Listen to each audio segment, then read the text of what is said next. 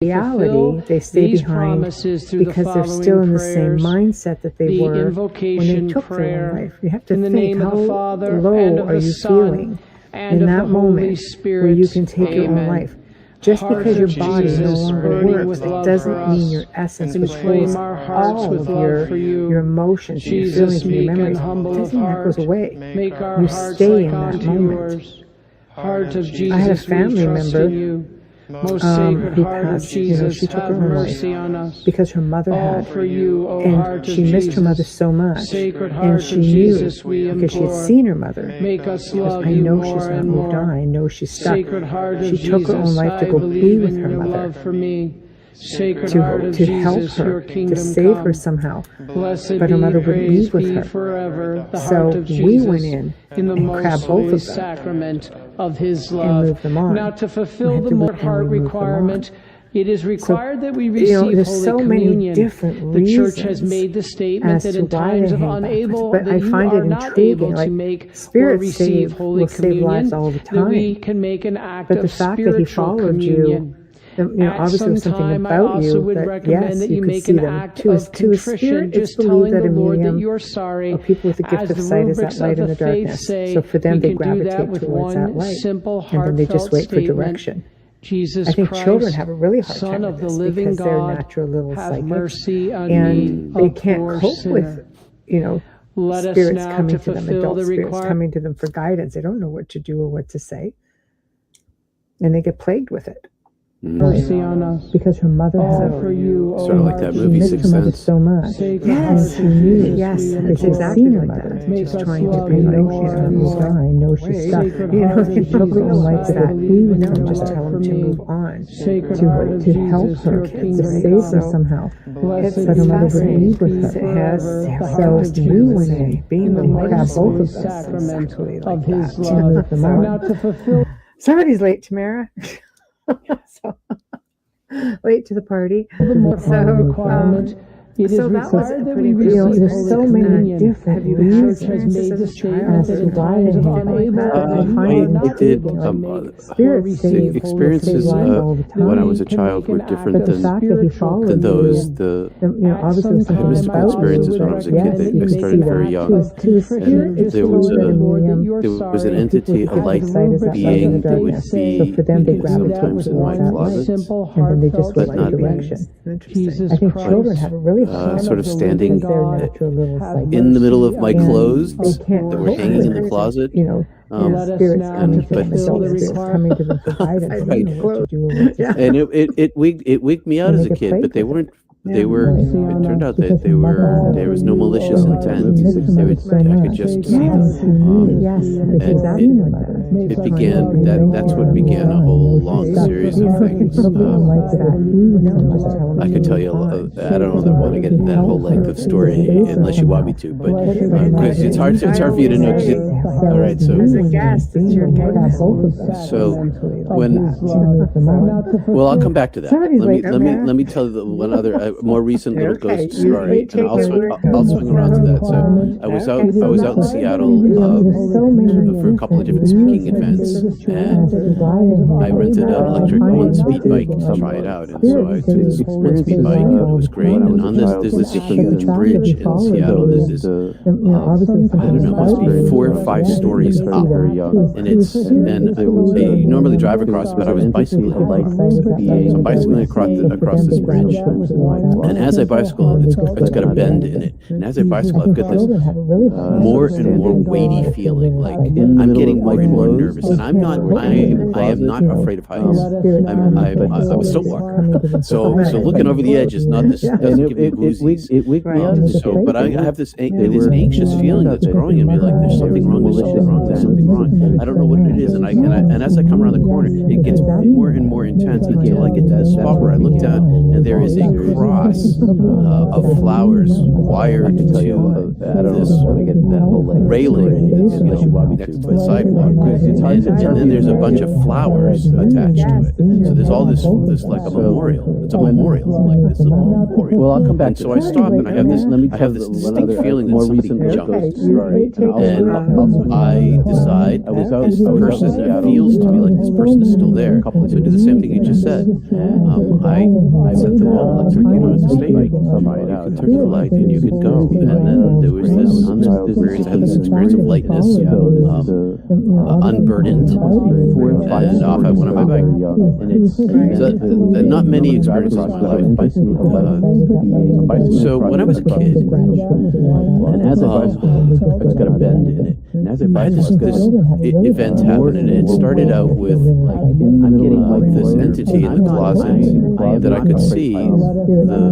That we had moved into a new house, so looking over and I was living had this room by myself. But my baby brother, who was just born, was going to move into the room with me. And before he moved into the room with me, in his crib, the closet door was open one night, and I could see this entity inside the closet, and it was illuminated. It was brighter than anything else in my dark room. It was a human-shaped thing, but it was only scary in that it wasn't like attacking me or being monstrous. It was only scary because I didn't know what it was, what was going on.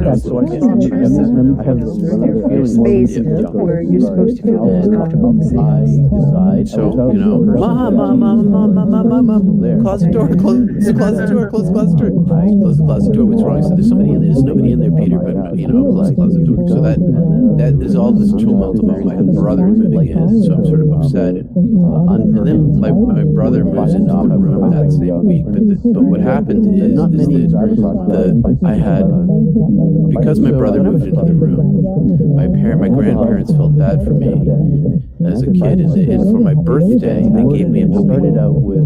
So I have this puppy, and he's my little loving puppy, and my brother lives in the room, and I love this puppy. And I was sitting in my room, and I don't know where my brother is, and he's downstairs with my mom on this particular Saturday morning, and I suddenly hear my dad get in the car, and I hear him back up, and then I hear him stop, and I hear the door slam, and I hear him say, "Oh!" I hear my dad scream, "Ah!" And I'm like, what the heck? And I'm just a little kid. And so I look out the window, and my dad is next to the car, and the driveway's right below. And he goes behind the car, and he picks up my dog. And he had run over my dog.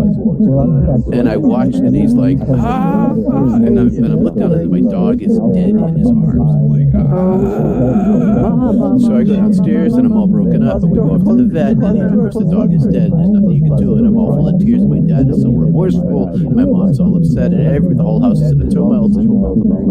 So I have this terrible day, and I go to bed that night, and my mom comes in and hugs me, and my dad apologizes, but I'm a wreck. And as I fall asleep. My brother's in the room. I fall asleep for my birthday, and then I awake to hear my name being called. I have this puppy, and he's my little loving puppy.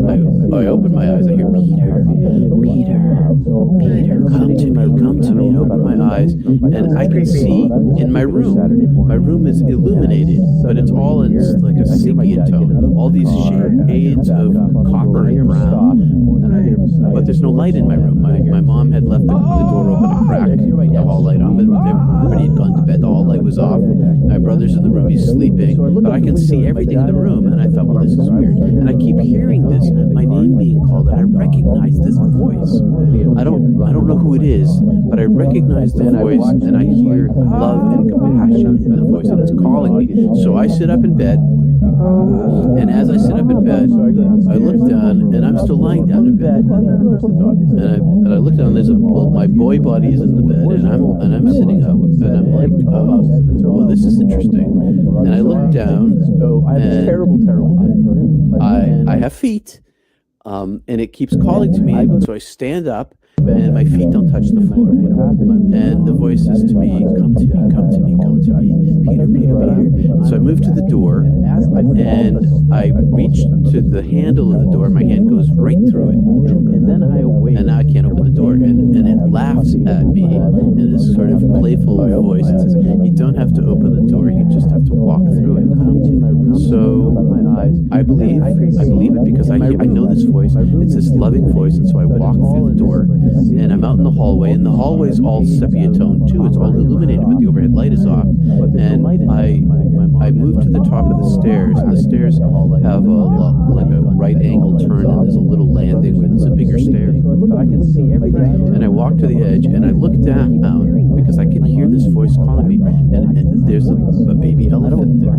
This baby elephant is dressed in mirrored clothing, like it's got clothes on. It's an elephant, but it's got elephant clothes on, and it's looking at me, and it's right like Babar, only it's dressed in not a tie and a jacket, but like what you like.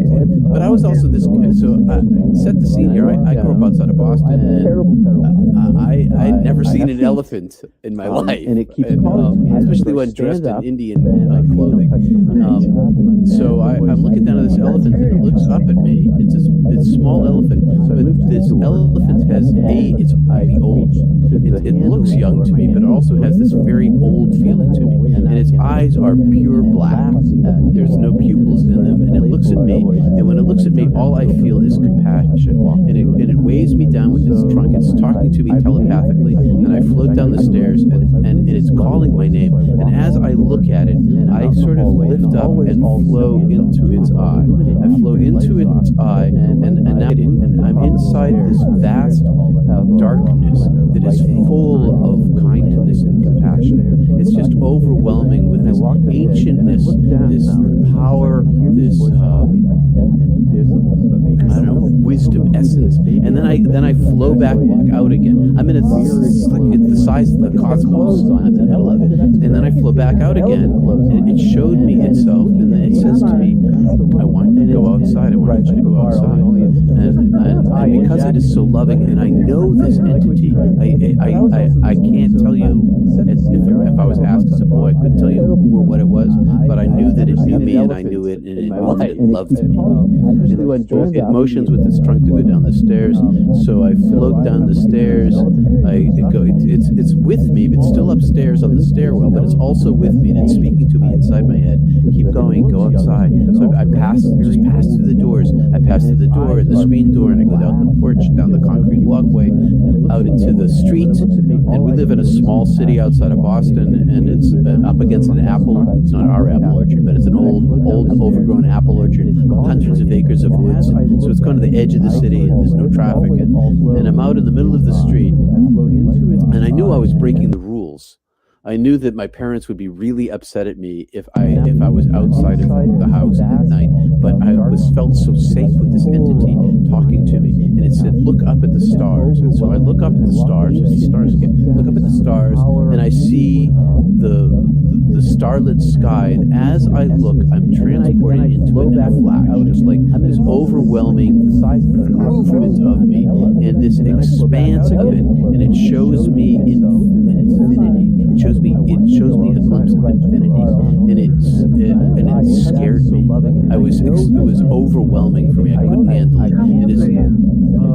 I was 6, 5. It was before the dream. It was before the dream, and in the instant of my fear, I'm back in my body again, and I sit up in my room, and I'm in the pitch dark, but I still have this feeling of love. And there's this little elephant in the house, and so I got out of bed, and I went out in the hallway, and I went into the bathroom because if my parents heard me, I was like, well, I'm just going to the bathroom.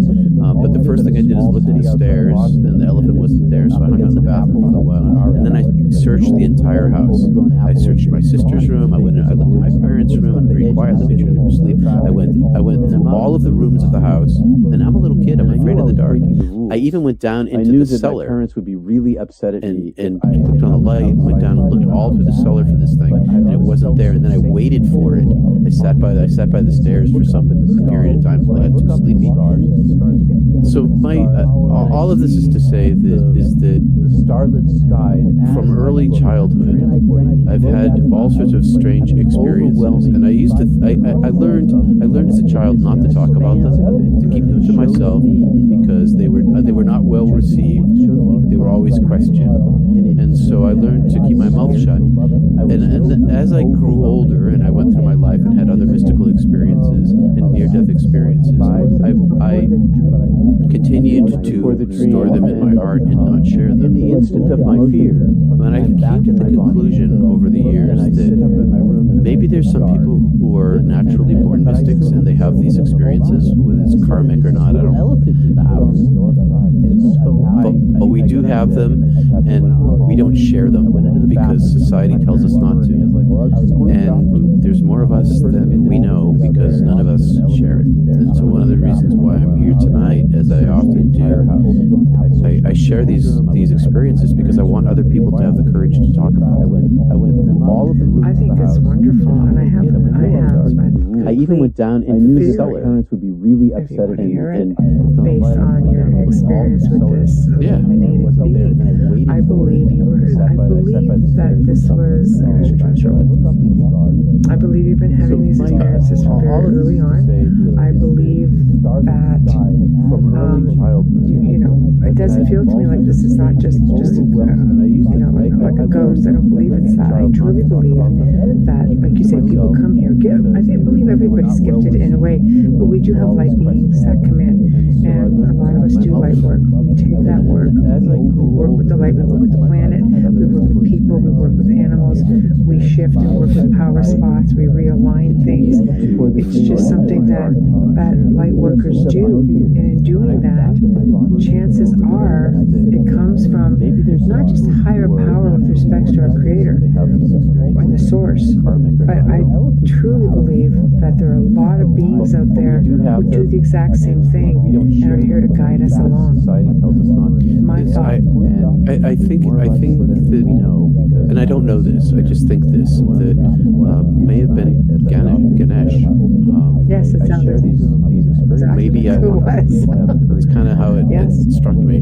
Somebody's got a question over here. But there's a belief that they're definitely extraterrestrial. I will read it. Most of our audience is audio because we're an FM station, so we like to definitely bring them up. So Wayne has a question. I've heard theories that the light is an engineered construct to trick us into believing that that is the way we really are. When in reality, it takes us back into the plane of existence. I've heard this theory. I'm curious as to yours, as to why they entice us into believing in reincarnation. They entice us into going to the light, but yet to fear the dark. We really shouldn't fear the dark. Some believe that the people who go to darkness are actually time travelers, that sort of thing, who escaped the cycle. What are your thoughts? I wasn't tricked. When I died, I knew who I was. I knew where I was. I remembered who I was. I remembered where I was. I remembered who I was with. There was no trickery at all. I chose to come back both times. I was welcome to stay. I saw other incarnations of my life, other incarnations of my soul. All of them in timelessness, and I don't know, none of them me. They were all experiences that my soul had, but they weren't the totality of myself. So I'm not afraid of dying. I've spent my whole career helping people die and helping them find the light inside themselves so that they can find their way home. So that's I understand that there is a theory, but I don't buy it. Okay, excellent. Tamara's got 2 comments here. Problem with being born sensitive. We don't come with instructions, absolutely. And most sensitive children learn not to talk. Right. Because you say stuff and people look at you sideways. Yeah, I try to work with parents who have children who talk about seeing things, much like your experience, only they're seeing, like for myself, for example, being a medium, I've seen dead people from very early on, and I'm very fortunate that I come from a family who were very open-minded, and my mother mother would basically ask questions without guiding me. She'd show photographs. A lot of times it was just deceased family members who I would not have known. She said, you recognize somebody, and said, well, this person here, oh, this was your grandfather's brother, blah, blah, blah. So I was not frightened of it. But I think it's like you say, I think we as parents have to guide children to not fear these things, or maybe you should fear them. But when a child comes to you and says, well, I've seen something, or they're interacting with a spirit, and the parent will say something along the lines of, don't be silly, don't be stupid, there's no such thing as imaginary friends, right? So the child now, after a while, because I've seen negative entities mimic children, and they go on to, the household gets into a lot of trouble, because the child is looked at as the weak link, easy to manipulate, easy to scare, and it's not always the case, but it is the case many times, because that's the type of work I do, experience malevolent entities and clear them from myself, for example, out of people's homes, out of their lives. Sometimes people have lifetime attachments. That's what I've chosen to work, in that field. And a lot of times it's the child who's been manipulated, and they can't go to the parent because they've been literally made to feel like they're very silly. Therefore, they have no one to turn to. Yeah, well, that's what happens, and then it gets passed on generation after generation. Don't talk about it. Exactly. My mother said the same thing for a while. So I like this when Tamara says, I made, for my child, I made the paranormal as real as possible, and to look at it logically. So why is it paranormal? Maybe it is the real normal. If we're dealing with dimensions and multiverses and things of that nature, maybe it's this, we're the ones that are now out of whack, so to speak. Mimic children. So I don't know, but it just sounds to me, because a lot of the gods, for example, a lot of the gods, were believed ancient gods, were believed to be extraterrestrials. And the fact that you have a connection with one, if this is the being that came to you so lovingly and gave you such an unbelievable experience, it tells me that you're very special for them to come and just say, we're going to show you something. We all come here, and we often don't remember why. We don't remember our past lives. We have to go through processes, dying to remember them, or visions, or dreams, or downloads, or whatever the case may be. But on an average, we don't really remember them. You have these unbelievable children who are born saying, oh, I died over here, and this was my wife, and blah, blah, blah. They remember their past lives, but on an average, we don't. But we come here for a purpose, and we come here to pave the way for something. We come here in this time, this space, this place. I think we all come here with a job to do, and some of us have a bigger job than others, and I think that's pretty much you. Well, I definitely came back. I definitely had in another vision I had as a kid. I out of body in the divine presence. I knew that I had a task in life, and that I had an agreement before I came here to work for the divine, and that's how I've spent my life, trying to help. And I want to answer Wayne. Wayne was saying, I'm not afraid of dying, but of coming back against my will. What was the concern? Well, so the last thing I wanted to do after I died the first time was come back here. After I chose to come back here, I asked to come back after I died the first time. I immediately regretted it upon coming back.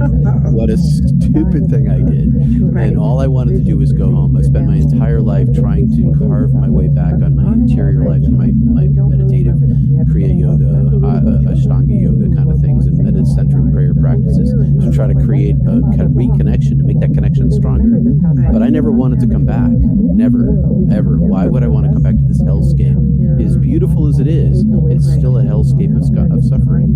And then I died again. And I died again in 2015 of a heart attack this time.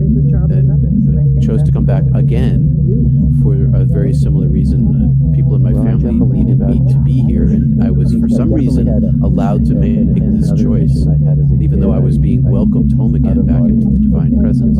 I chose to come back, and after the second death experience, I started thinking about it. If I could be like a bodhisattva kind of person, if I could come back again. If I knew who I was, if I could remember from the beginning my divine self, maybe I'll come back again if I have the choice. I don't know if I will have that choice. I don't know whether I'll get sent back to some kind of life here or somewhere else. I'm not really sure. But one thing I did learn when I died the first time is that the divine infinity provides us with an opportunity for reunion with itself into the infinite, and I tasted that, and that's all I want. So I aim my physical life toward this, so that I aim my soul life, my consciousness life toward this, that will continue on after my death, whether I get incarnated again or I don't get incarnated again. Whether those incarnations, my past lives, they don't really matter to me in terms of my soul, because if I aim myself at the origin of myself, at my original goodness, at my highest consciousness, that's my actual self, and that's really what I'm after. I'm after being back in that place. Right. That's tough, because it's like getting a glimpse of heaven and coming back. It's like, you just have to finish the task, I think, is what it comes down to.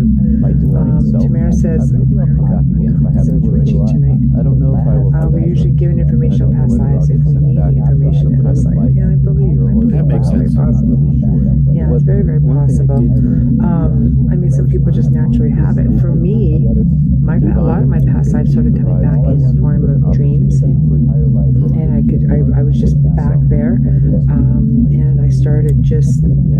I've had deceased family members or people from my past lives come forward and just start giving me glimpses of things and information. My grandfather, who's been deceased for almost 30 years, was instrumental in putting me on a path to discover not just past lives but family lineage. That was completely mind-blowing, and it answered pretty much everything. So it's like, being in this field also, I tend to work with a lot of interesting people from around the world, much like this. Like the radio show, you end up meeting so many people. I spent, a couple of decades filming and being in television, and people reaching out to me, and you make your connections, much like what we're doing now. And you just meet certain people that will look at you and just say, oh, blah, blah, blah. Like I've worked with a lot of gifted people. I'm like, for real? You go and you research it, and you're like, well, crap, this is the thing. So, I like to say that, as much as the listeners learn from people, so do we as hosts. Oh, yeah. Listen, learn. Some people just naturally. It's all about learning. Learn something new every single day. Don't let that go to waste. It's a privilege to learn something, no matter how little it is. If it's something you didn't know before, it's a privilege to know it. That's how I look at it. I'm so grateful to learn new things and to meet new people. So, what's next for Peter? Well, I am flying out to LA to meet my movie producers in about a week and a half. So my second book has been optioned for a film. I've been working with these people for 2 years. Thank you. And flying out to have dinner with them. Well, it's the next step along the way. I still have a couple of chapters to write for them, and I should be done with my part of it coming up in the next few months. But then it'll move off to the next level. It takes quite a number of years to get a project this large underway, and we've been at it for 2 years, and this is the first time I'm going to meet them face to face. And one of them is a near-death experiencer. So that's how this will be a film or documentary on your near-death experience.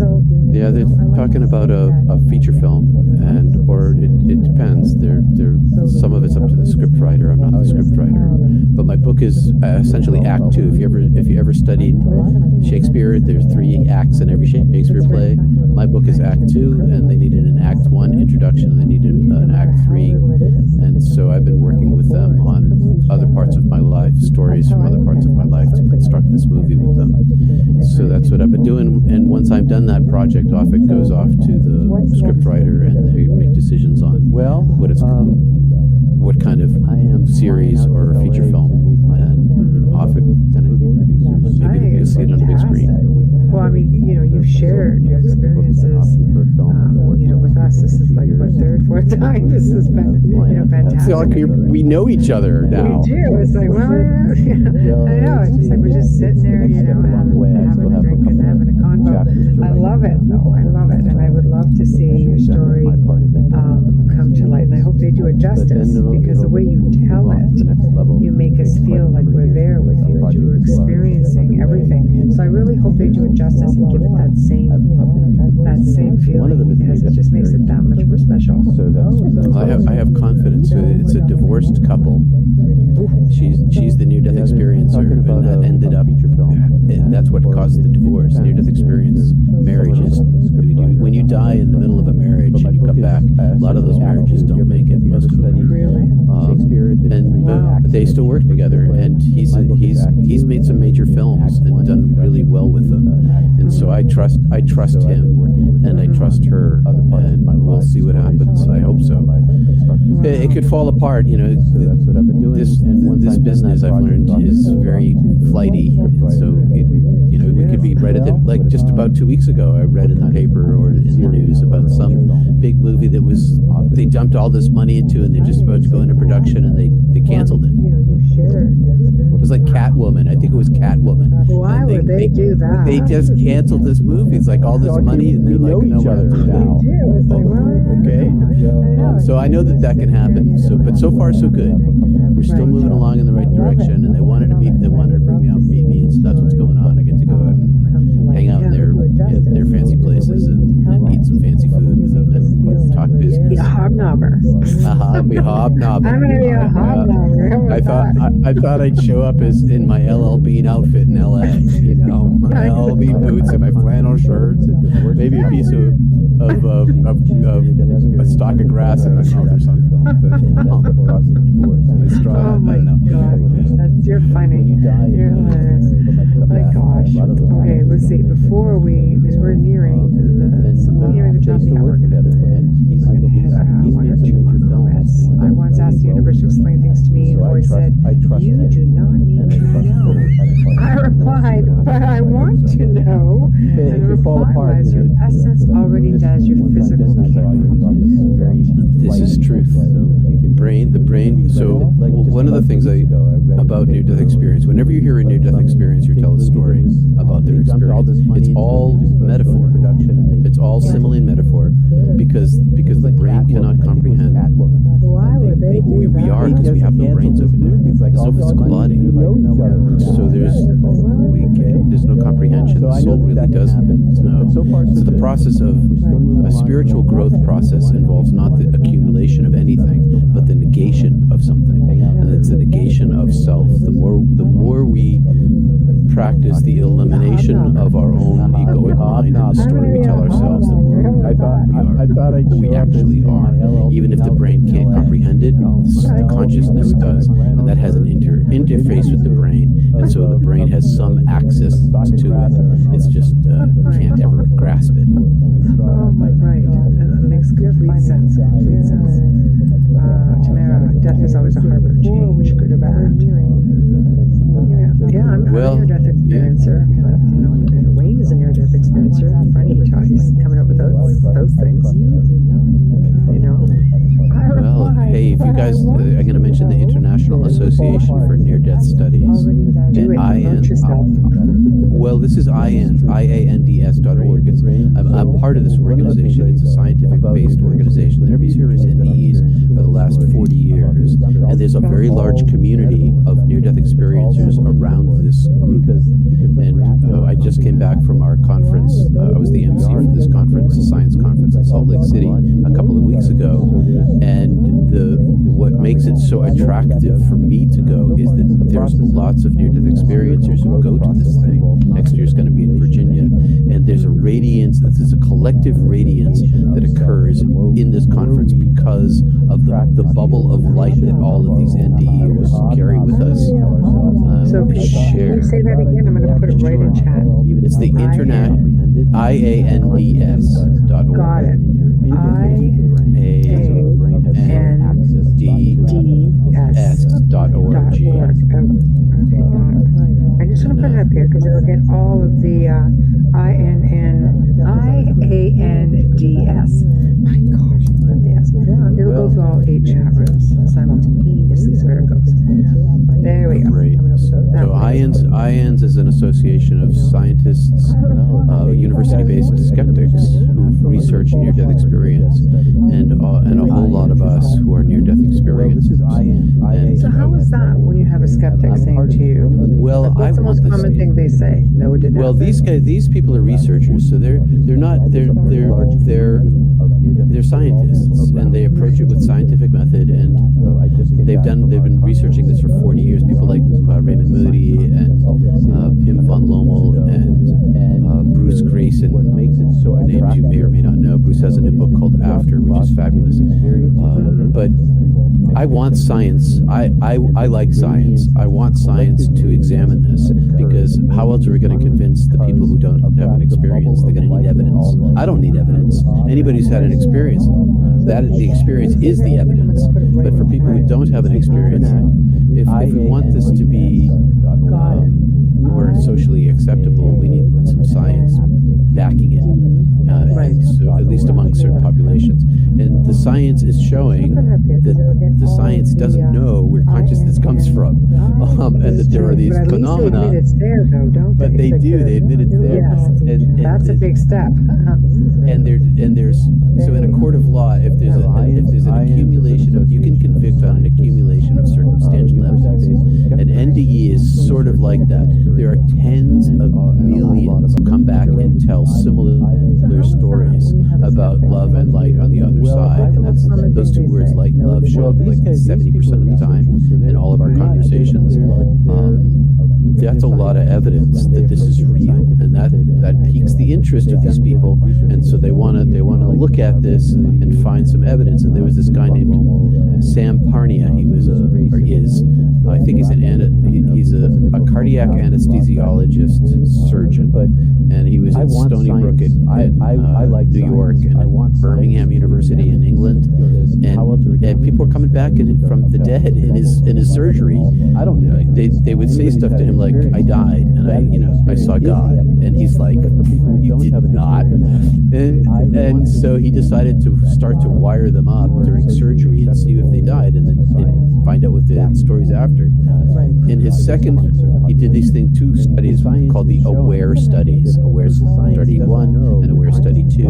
And in AWARE Study 2, his conclusion was this, that consciousness continues to exist after death for a period of time. He doesn't know how long, because he's a scientist. That's what he's willing to say. He's willing to say that consciousness continues to exist after death for a period of time, because he could measure it. That's a big step for people. That's like getting on the news sort of big step. What consciousness? You can measure this thing? That's noetic. That's right. The noetic scientist, right? That's a lot of evidence that this is real. So I'm all for science looking at it. I don't need science to convince me, because it's real. Right. It's kind of hard to say that to somebody who's been through it, But I mean, I agree. You have to go through the motions, and if science backs it, well, then it's one more step, I guess, to at least they admit that the essence goes on after death. Right. Where the heck it goes? It's a big deal. It's a big deal. It is, because how long did it take to get to that point? We're 2022. It's taken a long time to get there. Yeah, except for that it's longer than that. It's 300,000 years for Homo sapiens. We've been around for a long time. It's true. It's true. Agreed. Well, we are there at the top of the hour, and I really want to thank you for coming. It's such a pleasure to have you on. It's just almost like you're, I always say like you're one of the listeners' fan favorites. It's always nice. So yes, right? We'll have to do it again, as always. Let us know when you get that film out there. For sure. Thank you. And I'm available for conversation and counseling and wisdom conversation at peterpanagor.love. I have a specialty in mystical experience. So I'm all for science looking at it. Yes. I don't mind just a little bit. Yes, sure. Right. Lots. No, this is great. As you can see, we've got the website down at the bottom here, and that stays there forever. So, yes, and you're very welcome, Carrie. Thank you guys for tuning in. You guys are wonderful. Thank you. Thank you. All right, so thank you, and I will be in touch. Good. I will see you soon. Peace and love, everybody. And to you. Thank you. Well, guys, here we go. Always a pleasure when we have Peter on. As always, it's just so much fun. And look at that. Well, we are there at the top of the hour, and it's hard because I'm so low. Anyway, I didn't even get to do our station ID tonight. I was just so enthralled in everything that was going on. But we want to thank everybody for joining in tonight. You guys make it so much more exciting when you get into chat. All your questions and comments are very, very important. We do appreciate it. So thank you for participating. Big thank you to Peter Panagor. Just honestly, I just adore him, and it's always a pleasure having him join us. Huge thank you to Folgers Coffee for sponsoring the show. Big thank you to Dr. Justin Snicker for providing his music and his voice for the intro and the outro. And of course, big thank you to United Public Radio, UFO Paranormal Radio, our networks. Thank you, 105.3 FM. Thank you. If you guys want to contact us, please, or do it on social media, please contact us at the Outer Realm Contact at gmail.com. The Outer Realm Contact at gmail.com. If you enjoy what you're seeing or hearing, no matter what platform you're on, please just give us some love, subscribe, like us up, join the group, whatever it takes. We work really hard to bring you guys good guests and great content. I'm going to be harpy, or just commercials, people. Do it. Want to promote yourself? Do it in a cheap way. Tell us about yourself. Just make sure that Folgers somehow in the mix, because that goes out and that stays on the archives forever and ever. We periodically will pop them up, but our archives tend to hit hundreds of thousands of people, sometimes millions, and that just stays there forever and ever. So I think it works for everybody involved. So next week, guys, we're in October, so that's spooky month. So we're going to start having a lot of fun. Wednesday night, we bring back Charles Christian, all the way from the UK. Now, Charles had his own radio show right here on the network for a really long time, and it involves all kinds of information: cryptids, ghosts, UFOs, you name it. So he's going to help us kick off October, spooky month, with some really amazing tales from over the pond, and he's going to try to make it spooky as he can. But at the end of it all, it's just always so interesting, because when it happens in the UK, it's good stuff. So anyway, check out his archives on the show. He's been on with us twice. Give you a feel, for what he's all about before we get into another segment. Thursday night, for the very first time, we're going to be welcoming fellow UPRN hosts, Phil and Julia Syracusa, hosts of the Horsefly Chronicles, and they air every Monday night at 8 p.m. They're on for an hour. They're a lot of fun, really great people. And they basically had a really, really haunted house. They went through really horrific times and unbelievable things, and they're going to come and share that with all of us. So definitely tune in. You're not going to want to miss it. And tomorrow night, Church of Mavis, 8 p.m. And of course, the Centralist at 10. That's always heated. Whole other type of conversation, but does really well, and people love it. So check them out. So I'm going to leave you with that, and I'm going to say good night, and I'm going to send Bubbles some more just because we want her to feel better. So everybody, good night. Have a fantastic, safe weekend. Try to make it spooky as you can. But at the end of it all, it's just always so interesting because when it happens in the UK, you know it's good stuff. So anyway, check out his archives on the show. He's been on. Hello, wow, you people out there. I say, I may be crazy, but I don't call out the dead people to come forward. Unless I'm doing a paranormal investigation, of course, then it's perfectly normal. But Joe Biden, I mean, this guy's embarrassing to his family. I think that he's in his twilight years, man, and it's just, you know, it's a clown show. Unfortunately, he's running the government, which is not good for us, but a clown show nonetheless. So I look at this. We're all screwed no matter what. No matter what. You wake up every day, you know you're screwed no matter what. You look in that mirror, you say, I'm screwed no matter what. And then after that, there's a hell of a lot of room to run together. After you realize that you're completely screwed, there is a freedom involved in being completely screwed, right? So enjoy the freedoms while they last. That's all I'm going to say. I look at these Russians who are this picture of these old Russian men in uniforms, and man, they look like they don't want to be there. They don't even know why they're there. Oh my God, the emotion on their faces. Yeah, that could be your life too. Be some old Russian with boots saying you gotta go fight in Ukraine. And those Ukrainians are thirsty for Russian blood. They're mad. They should be mad. Look what Russia did to them. You know, Putin and Jennifer, but they're blindly following him, aren't they? They're not revolting against Putin.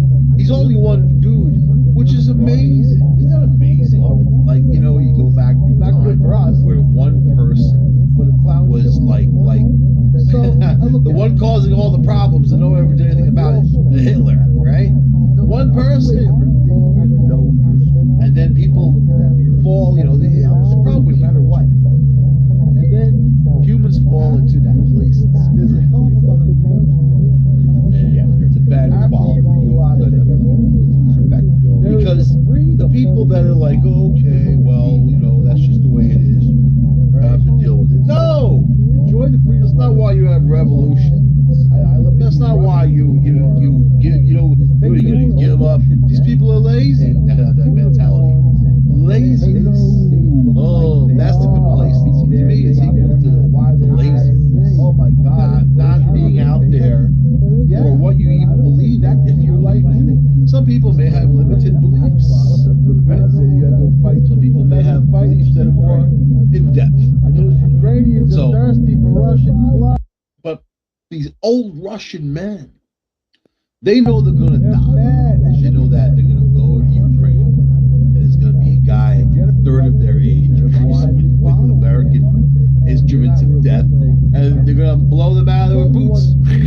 That's it. And laugh about it. You know? And drink later on over it.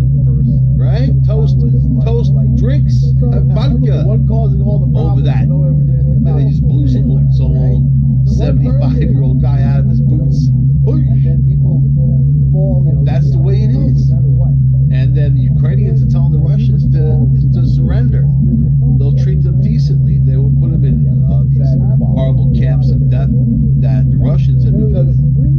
So there's atrocities going on that you can't even quote.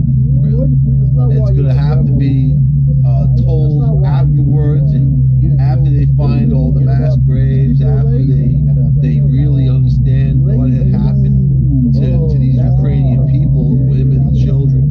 You know, there are things that you can't undo, and this is a situation like that. You can go hundreds of years and remember something like this, and these guys, you know, Russia and Ukraine are neighbors, right? These old Russians, they're going to have to deal with each other. They know. So, and push what comes to shove. Now, you know, Putin's like all with the nukes, and he's going to use nukes.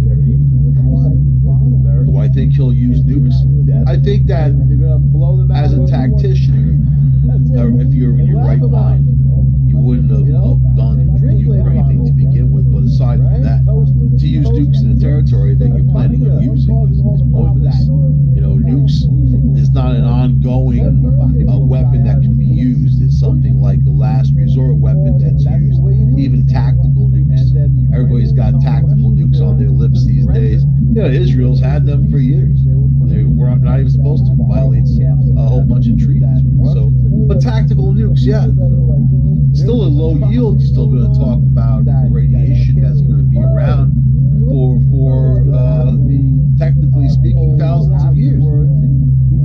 So, look at Japan. And that was just a nuclear meltdown in their power plant. It's a whole different animal. But they've told the government, has told the people who lived in those villages around Fukushima to go back. It's safe now. It's safe. So, scientists say it's not safe.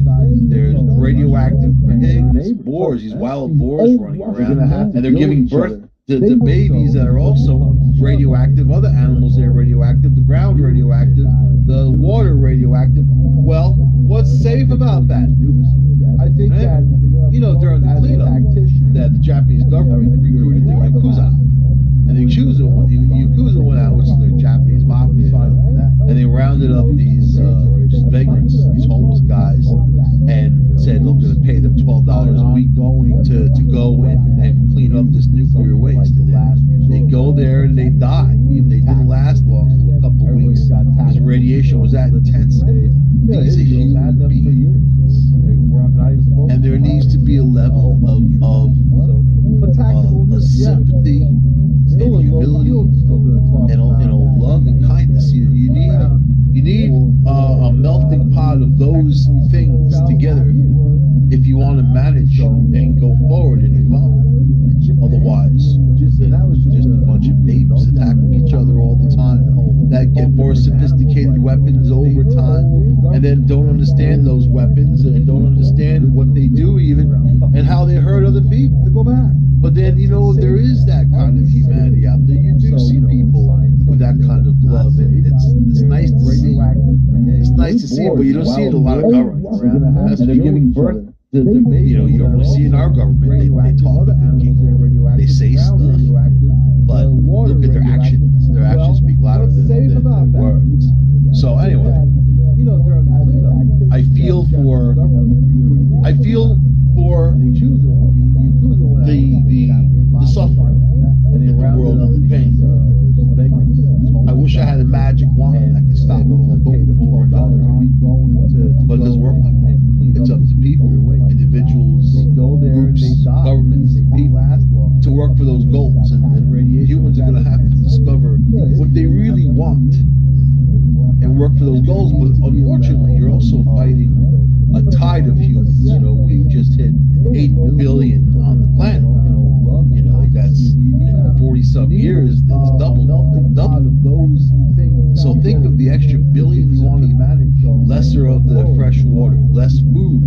It's not like, people, you just grow more food. There's limitations to things. And then now you see nature click in and war. So when you have all of these restrictions, then you have these growing publics. It's really India and China that are keeping pace with one another with the population. So you have just those two reckless entities with no regard for being intelligent and saying we're not going to breed like cockroaches and use up more resources. People don't think like that. A lot of them. When you think of the Chinese and the Indians, you see the ones that you see in daily life, the ones that and maybe wherever you are. You have to think of the ethnic. When you go to India or go to China, most people there are living in abject poverty. So in China, people get by on about 87 cents a day. So it's not like they're doling out the cash. It's a super strong economy. Their economy is basically a facade, something that has been created. And there's very wealthy people there, but those are the ones higher up in the communist government, when everything's owned by the people and all that. That's just the tagline that they use. And then India, India also has an incredible amount of poverty, and just straight up poverty. Much of it has to do with its population problem out of control. I don't know how you solve that without really solving it. So, those answers, there's questions that have to be answered. Those answers aren't being answered, and it's gonna come to a point where it's gonna be beyond question. It's gonna be action, something that you have to do. Otherwise, to avoid this cataclysm that's coming with the human race in of itself, on itself, right? So that's out there. That's out there. You have to think of the ethics. Then we just have, depending on what corner of the earth that you're standing on right now, is depending on your problems, and maybe those problems pour over into your own personal life, that type of thing. People in the U.S., people in the U.K., people in Australia have it pretty good. Even France. Even France. Canada too. Canada knows that it's America's attic. It's the attic that we rented out to the hippies, and they're up there. That's kind of how it is, right? You're not supposed to give the big left-leaning liberal hippies any credence. There's always the odd person in the corner of the room talking about communism. Nobody pays any attention to them. The Democratic Party started using them, what they call progressives, and they're not progressives. They've destroyed the word progressive, right? They're not progressives at all. They're left, liberal, leaning, and they're extremists.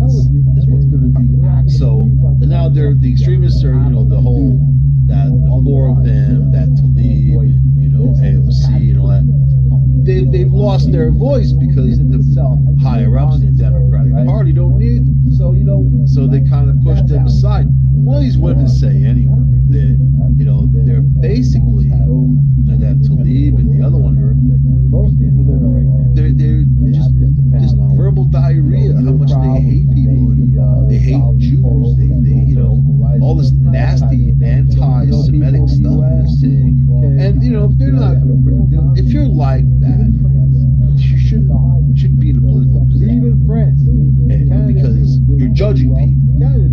You know damn well if they had Jewish people under them, that they wouldn't be considering them at all, because they have such hate for Jewish people. So it comes down to that. You're not supposed to give the big.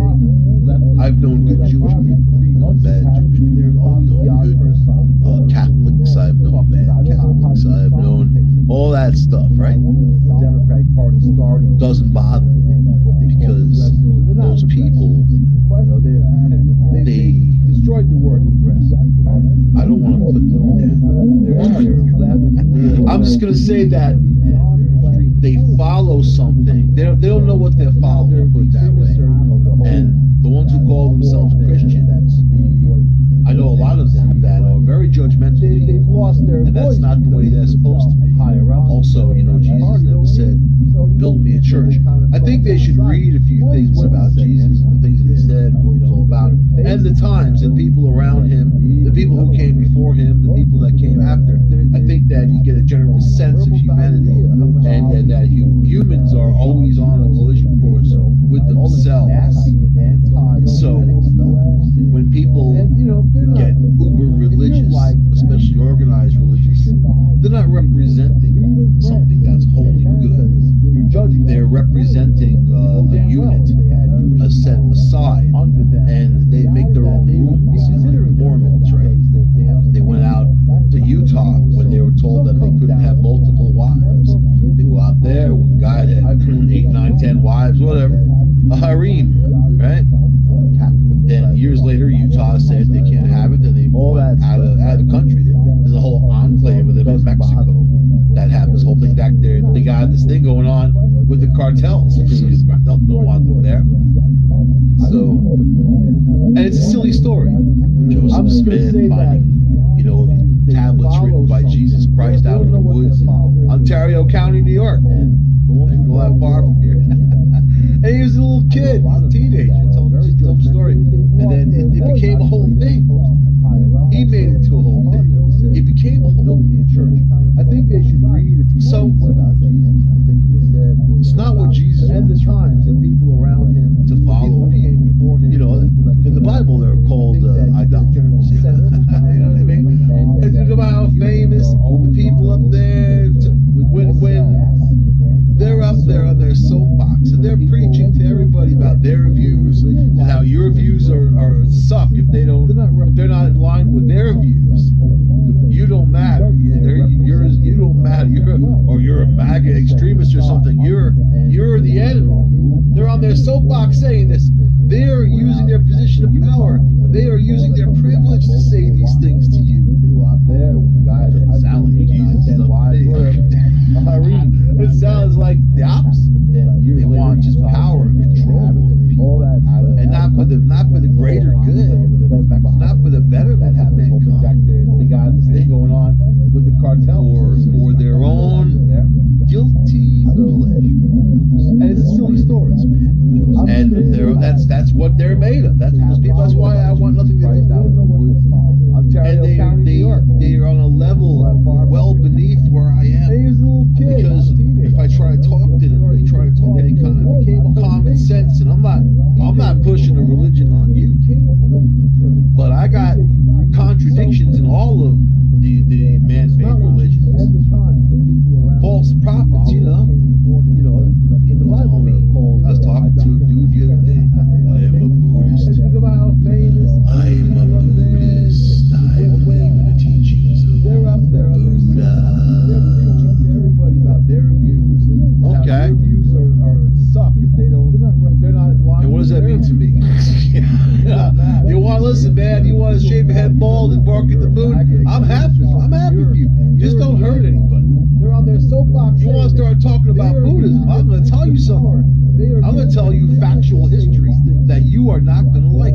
And the guy left his wife and kid behind in the palace to go on his adventure. You know what I mean? So whatever, man. When he could have stayed behind, he had been king and ruled all those lands and helped people's lives. Yeah. For their own. Let's sit in front of your big tree, Buddha. So, but this guy took Tao Te Ching, that's what that had been around for a long time, and took those poems and made it into his own, and then went out and talked about that. But his actions were despicable. And look at the Dalai Lama. You know, the Dalai Lama, before China ousted him,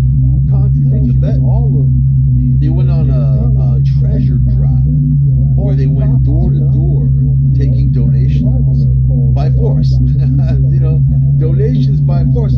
This is what they used for the money to build the palace for the Dalai Lama in India.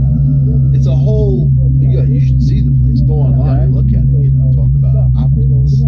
So here's the leader of the people that is supposed to be the earth people, closely connected to everything good, whatever. But everything with them is about money. About money. When the Dalai Lama came to Ithaca, to Cornell, these people, oh man, talk about liberal extremists in Cornell. They were falling over themselves trying to. They're desperate. You know, the Dalai Lama, oh my God, that the Democrats. That's the liberals' wet dream. Dalai Lama showing up to democracy. Get a picture of yourself with the Dalai Lama. Threat to democracy. That's not. You know what? But what they've done. Is what let's be a little bit I took a picture of myself with a llama named Dolly. Joe Biden. He got out 2 days now and made speeches about that meant more to me.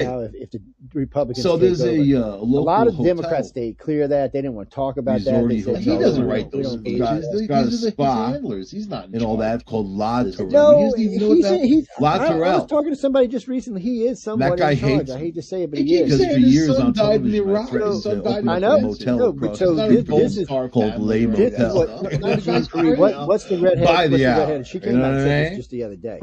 La Terrell. So he's in control a lot the of Dalai times. Lama went to the La Terrell, Took out. There are people that are telling him to do this. That's why a lot of times they got to fact check him and floor stuff. of room. And she says a lot of times he insists. That's her words. Why would he insists to be in control. But why would you believe in any? You know what? Oh, the redhead. She ain't lying about that. That's not even a reason. There's no reason to lie about that. It's like the Bible. And there are books in the Bible that are completely made up. Money like water. And these people can't afford a piece of bread. Like they were there. Even he's their spiritual leader. Completely made up. Really? So, you know what? That's what kind of we need to without any kind of shame at all. He'll go and smile and act like that and whatever and nod his head and blah, blah, blah, blah, blah. All of that doesn't get you in heaven. Not here. You know what I mean? See, and that's the other problem going on in the country right now. Seeing this dude means nothing. So this isn't a normal means not a thing. And if so in the South, there's a housing boom. Has been for a while, and it's not slowing down. It's just growing. And the reason why is everybody wants out of the cities and into the country from COVID. So they're tired of the COVID shit. So they're moving into the suburbs and they're moving out to the country. So down here, it's just a steady boom. I was trying to get my partner before he retired. Right over on the Dalai Lama. Because that's where the money is right now. But what a gluttonous waste to do that. Nobody else why does he need to go anywhere anyway? But anyway, it's world tour. It's just something that's growing down here, especially along the Gulf Coast. And then we had all this destruction after Katrina. Now, if we did stand up, that'd be funny. So all the stuff that was gone is actually coming back. So it's a big boom down here for that kind of stuff.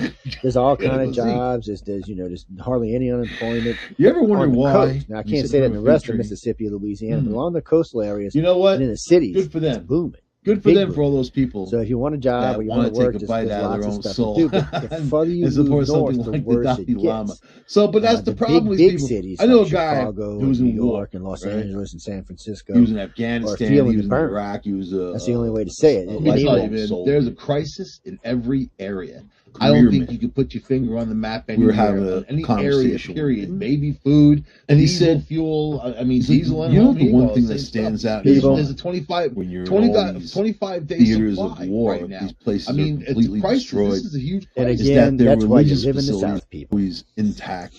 And South, then, north, east, west is good. But this is what's hard for people. And he said, it's like evil. Is independent. It's like something evil. It doesn't need. We have our own fuel. And but the religious people say, well, it's because God protects the building. Oh, got it here in we're not talking about that. We're talking about the elections in our God protects the building. We're not talking about some insignificant area. It is actually Miami. Governments don't really. You know what? The fourth. What about you? They don't have the think about Texas and Florida. Do the things that you do make you feel? It's not like it used to be. And Texas pretty soon will catch California. You know the images on. We're talking about midterm elections. But this all makes a difference. Let's talk about midterm. Let's not talk about presidential. Let's focus. There are television shows that just have so much friction and aggravation. What color was Georgia in the last election? Who needs it in their lives unless you got nothing going on, but most of us have some kind of level of stress and aggravation. I don't want to add to it. I tend to watch entertainment to alleviate that. You know how much money they're throwing on that? It doesn't matter. It doesn't matter. She's not an elected. Only on paranormal investigation. Thing that came out the other day about I called out O'Rourke. They call him O'Rourke. They call him losers. They're the professional. This is Joe Biden. They're not the only ones. They named a bunch of other candidates throughout history that ran, but only ever won. Never won. Only won once. Of our country. It's not that uncommon of a thing. And even the people are asking why you run. The people behind him, but really let's talk about him. Even blacks aren't really. So here's Joe Biden. Happy with her. Jackie, so where's Jackie? Somebody's like O'Rourke. You really think he's going to win governor of Texas? If he does, you know there was cheating going on. Biden asked dead Indiana representative to identify herself a strong in a crowd. Would have been crazy if she showed up.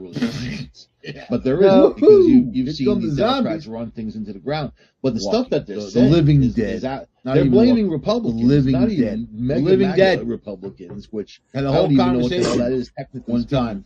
They're blaming that, and they're dividing people. Well, that's stupid. And even the pros will tell you, blaming the Republicans right now is let me tell you, living dead versus zombies that are killing people. And George Romero is right. And those policies do kill people.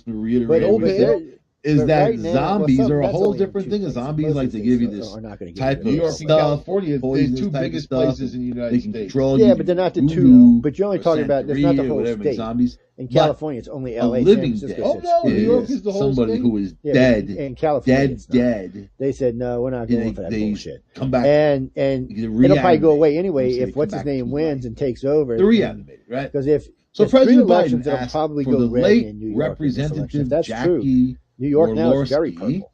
It's not even blue anymore. It's a purple state. Who's running for Washington event Wednesday, forgetting that he's the Indiana Republican they think they're going to lose 2 House in a car crash, and not including AOC. So, they think they're going to lose 2 House and nobody seats told Biden and the governorship. So that's making the state purple. See, Georgia last election was blue. Forward all the House, the Senate, everything went Democrat in the last election. And that's what gave them control of the Senate. Those 2 seats, which hadn't been blue, and God knows when.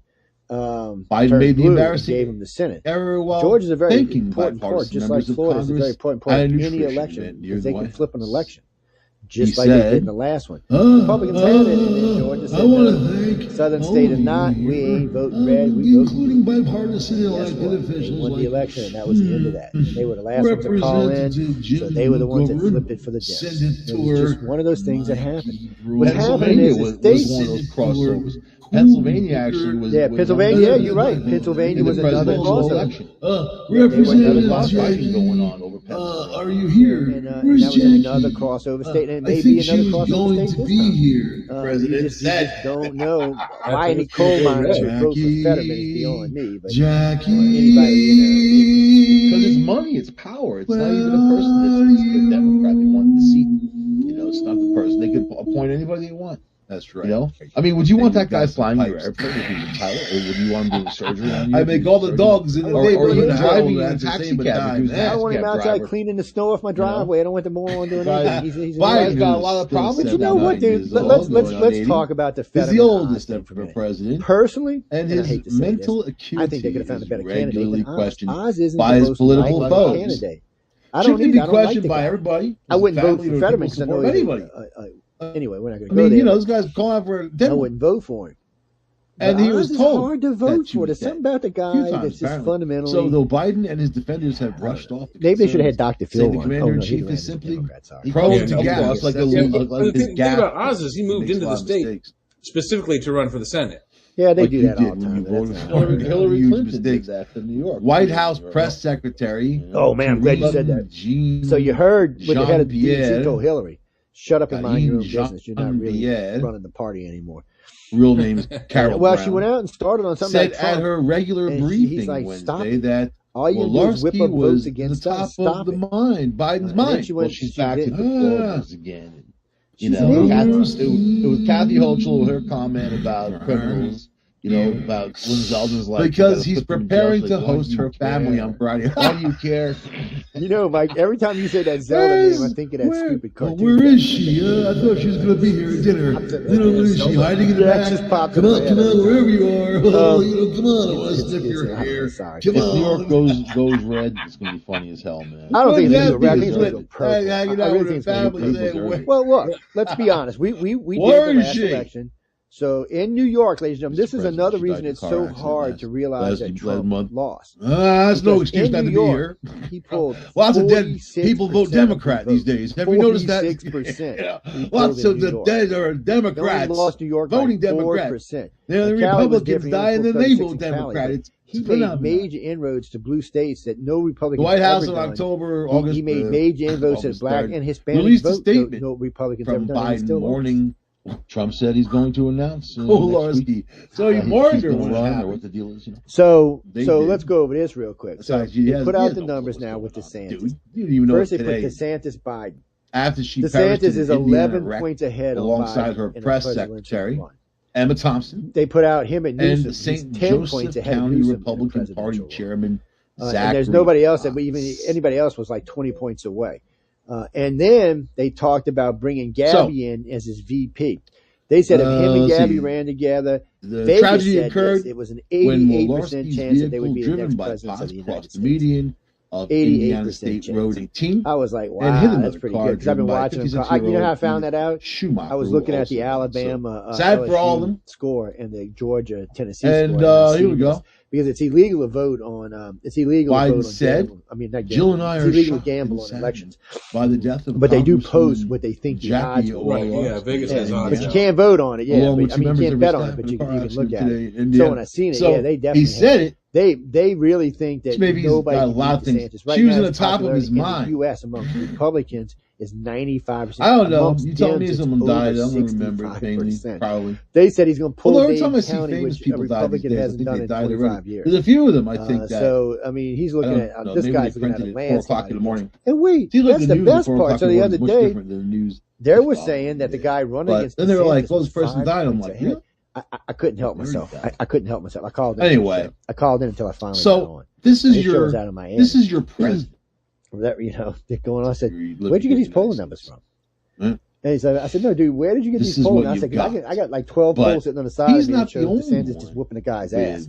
I said, "Where'd you get these numbers from?" I said, "I'm not going to call it gap." I said, "Either you made this up, outright, or you found the biggest." Kamala Harris. I said, "I can't even find this on the biggest shithole." Good old Kamala Harris. Liberal mag. Anyway, what can you say about Kamala Harris? Even the ones you know that are garbage aren't. So she's in South Korea. They still got him losing. Talking to the South Koreans. Where'd you get this from? Don't want to debate. Even Fetterman didn't want to debate that doctor. That's laugh that little ass off. So I mean, the one in New York, the DA and all that stuff, and the other one, they don't want to debate anybody because they know that people are going to call them out on this. He should invite her. These are dangerous places. They're very dangerous. So if they won't debate, you need to go to every. He's going to have to think about that. Radio station. You know who's going to hear that in the news and be like, "What did I do last night?" Because the social community. What did I do at 4 o'clock in the morning? What did I do? Yeah. You got to put you in front of a will be you soon start enough. getting Amazon packages that you don't quite remember. Joe, are you there? What did they order? There it goes. It's coming back. Joe. It's coming. So this is part of what? There's these guys back to a supposed to good have some connection kind of there. I don't know. I can see it now. I got it set so I can see it. And intelligence in general. You know, obviously, I can watch she doesn't it, know who the so allies yesterday, are. or day before yesterday, So day she's before the vice yesterday, president. the mayor of Austin came out. I bet you asked Kamala Harris was to name picking everybody on in NATO. She Littlefoot, and I can't remember the guy's name in New York, but she wouldn't be able to write down. Let me get this straight. Everyone in NATO she said, combined, no idea, the right? two of y'all have 14,000 immigrants. But that's only half of the left. 265. The other half of the left is this whole Prince thing. I was trying to get behind it. What the hell's wrong but with then I'm people? thinking of, Prince Harry might need some help, and Prince Charles wants nothing to do. King Charles wants nothing to do with him. His brother, the Prince, wants nothing to do with him. They're writing them out of everything. All of this for this horrible woman, Meghan Markle. Come on, bring him in. She's the one who really, this is such a red. I'm Russian, man. You know what I mean? You gotta get ready. Come on, baby. Have your address. I will nuke. There's no more red like to live in a pill bad than a Meghan Markle. Talk about somebody who let me will ask you snatch this. off your nuts So if Putin, and twist them and so do this, what she this wants is to do. the scenario She's a that nasty Xi Jinping, person. There's books that just came y'all out know about that Xi her, Jinping about how she treats her staff and makes them cry. All of a sudden, she's just a horrible, nasty you got to hear the good part. person. She's a horrible, one of nasty his person. aides and he married her and went to live. Well, she knew how to control him. She was they already whatever married. you call it when they go live She's in another older. country. The guy's got mommy issues. Yeah, no, not exile. No, they left. They jumped out of the country. Prince Harry, Meghan Markle, they ran over to the UK on and the asked royal for asylum. family So official the UK website. said yes. So this guy got on television and said, "Oh no."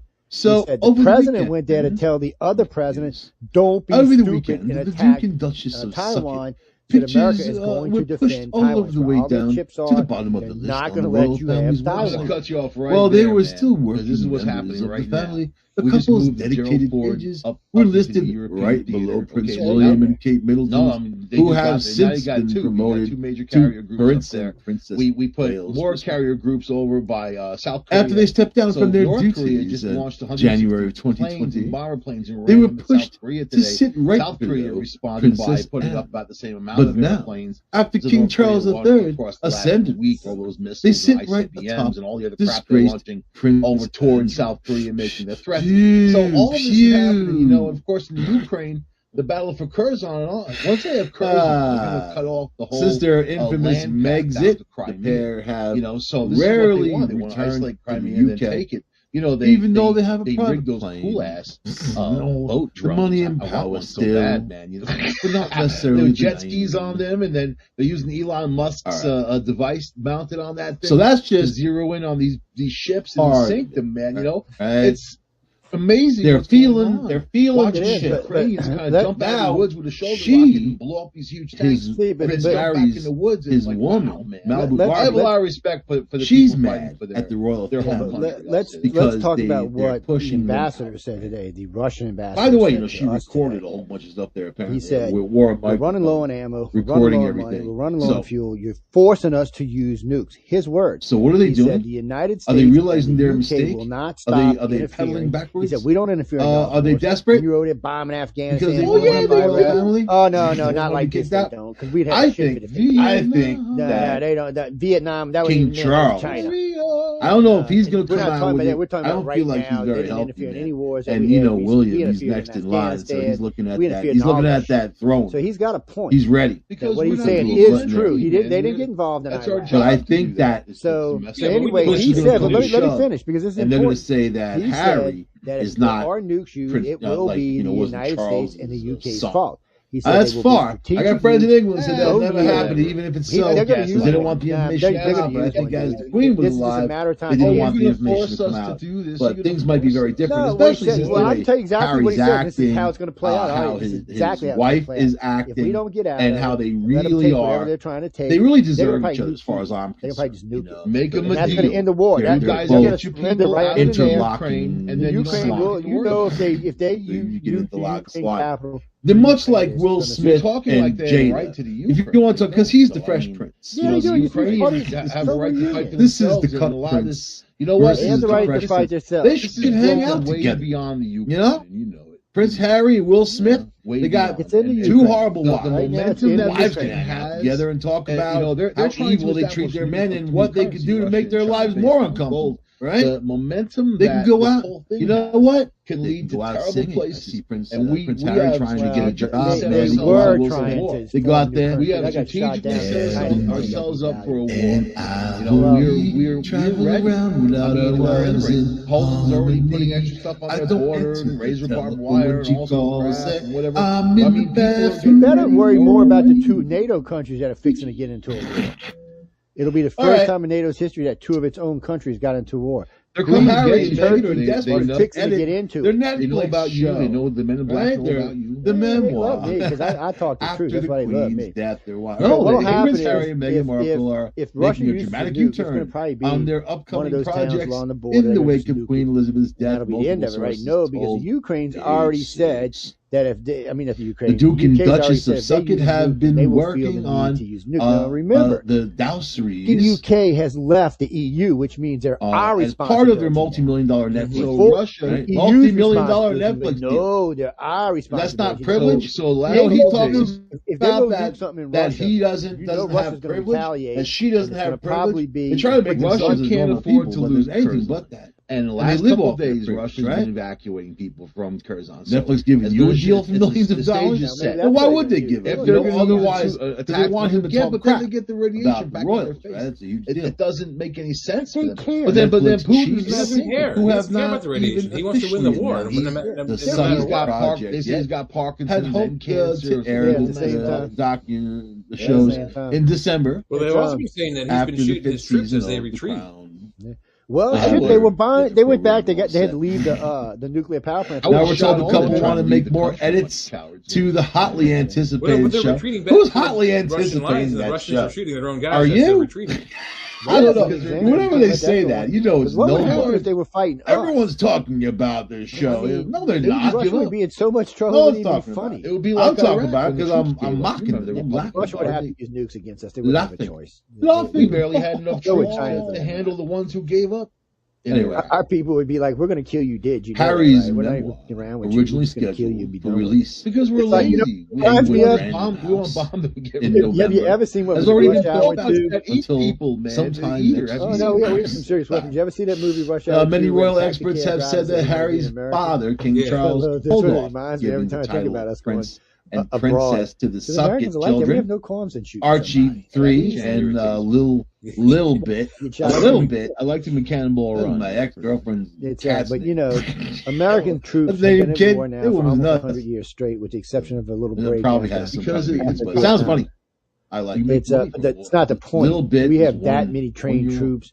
We have veterans. Until the couple's various media projects more than 2/3 of our King Charles has seen combat. You guys are in the media no other military on the planet can say that. If you combine Russia, China, and the entire EU, they could not say that. They get nothing. You're not even my son. Our tactical advantage, believe it or not, is that we have bases all around the world, and we're while the suckets strike time. You want to know what our real tactical advantage is? This show, once you then you get the flying fortresses up there, the B-2 bombers. Sources said a couple of but we don't even need any of that anymore. You know out or downplay much of what they've said Elon about Musk, King Charles, Queen Consort Camilla, Prince William, and his wife Kate, and Princess. So who did all of this? Creepy dude. You think it was Prince Harry? He's going to save America from a nuclear attack. I need to go and make memoirs. I need to come out with a book. I need to tell all these things about the royal family. I need to destroy my relationship with my brother, feel like and then his wife, and my father, and my grandmother. I need to do all these things. Let me find the perfect bitch that's going to be the wedge between all the people I love and myself. And then someone's going to make me feel like crap every day. And he did. Once he takes over Mars and he builds found her. 10 or 15 million people living there. Oh, she's in the driver's seat, man. He doesn't seem like a firm handshake guy either, man. She's got control of the power. I don't know. I see him toting that sink around like he doesn't have any balls. That's right, Harry. Ballless wonder. You gotta put her in her place. She's nothing. She's just some strange woman. You met this stranger and you married her. She was already married. A lot of what Musk is, we don't get to see because he keeps it pretty quiet. He's not he's on the road a lot. He's not fountain of virtue. You know, he don't even own his own home. Nothing. None of that. Or the